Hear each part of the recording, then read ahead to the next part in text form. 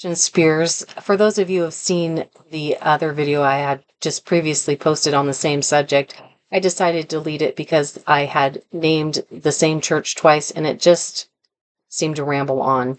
I'm hoping that this message is better. This is take 900 and some. I'm not kidding. It has been ridiculous, but God willing, this will be the one. Isaiah 46:10 is our verse. God declares the end from the beginning.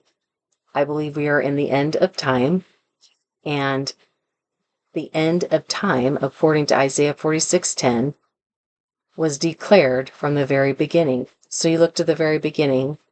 The very beginning is the 7 days of creation. Those 7 days of creation represent all of Earth's history. The 7 days of creation represent all of Earth's history. The first 6 days of creation we have already seen as from creation to the flood, from the flood to the cross, from the cross to now, represents 6,000 years. 2 Peter 2:8 says that 1,000 years represents 1 day, and 1 day represents 1,000 years. So while each one of the 24-hour period days at the very beginning of creation were literal 24-hour days, each one of those days represents 1,000 years for the earth. We, again, are at 6,000 years. The seventh day, or the 1,000 years represented by the 1/7 day, 1 24-hour period day, and the seventh day is needed for the millennial reign of Jesus Christ. So what does that mean? The 6,000 years of history that the earth has had is seen in the 6 days of creation. We need that final day for the millennial reign of Jesus Christ, meaning time is up. Further, there is Daniel's interpretation of King Nebuchadnezzar's dream, in which he dreams of the empires that will rule the earth from the time that Nebuchadnezzar comes and takes the children of Israel into his kingdom to the end, when the Antichrist will come and rule and reign over also the children of Israel, until the final kingdom, when Jesus Christ himself will come and rule and reign. The dream that Nebuchadnezzar dreamed in 165 BC, 165 years before Christ was even born, shows all of history. The Babylonian Empire, followed by the Medo-Persian Empire, followed by the Grecian Empire, then the Roman Empire, all proven by secular history and have already passed.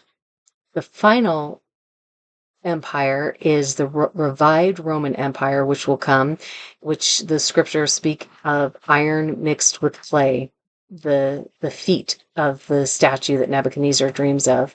And those feet will be crushed by Jesus Christ himself, the rock, hewn without human hands, that will come crush that empire and then all the empires after it, for him to rule and reign on the earth.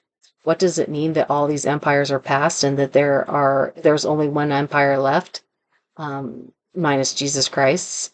Is that we are at the end of time. That final empire doesn't come until the 7 years of tribulation, in which we will not be here. Then the final proof of the Bible that we are at the end of time is the 7 churches. The 7 churches seen in Revelation chapter 2 and 3. The 7 churches represent all of church history. The very first church is the church of Ephesus. Ephesus is represents the apostolic church. The church of Smyrna, the church that is utterly crushed and persecuted. The next church after Smyrna is the Pergamos. Pergamos is a perverted marriage in which Constantine marries the world to the church. Next church, Thyatira, the Dark Ages, the corrupt church or the Catholic Church. Then after that, the Reformation Church, the Church of Sardis.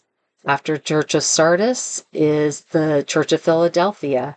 After Philadelphia, the church we are in now, the final church, the seventh and final church of all church history, the Church of Laodicea, in which God says that he will spew them out of his mouth because they are neither hot nor cold and think they are in need of nothing. There is no eighth church. There is no empire that we're waiting on.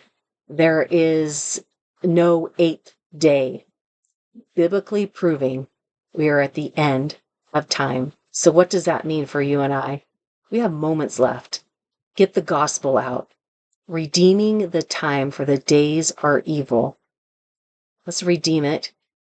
Let's use these proofs to help other believers also know that we're at the end of time, so they too can get a fire lit under them, so they can get out and get the gospel out while there's still time, for there's very few moments left.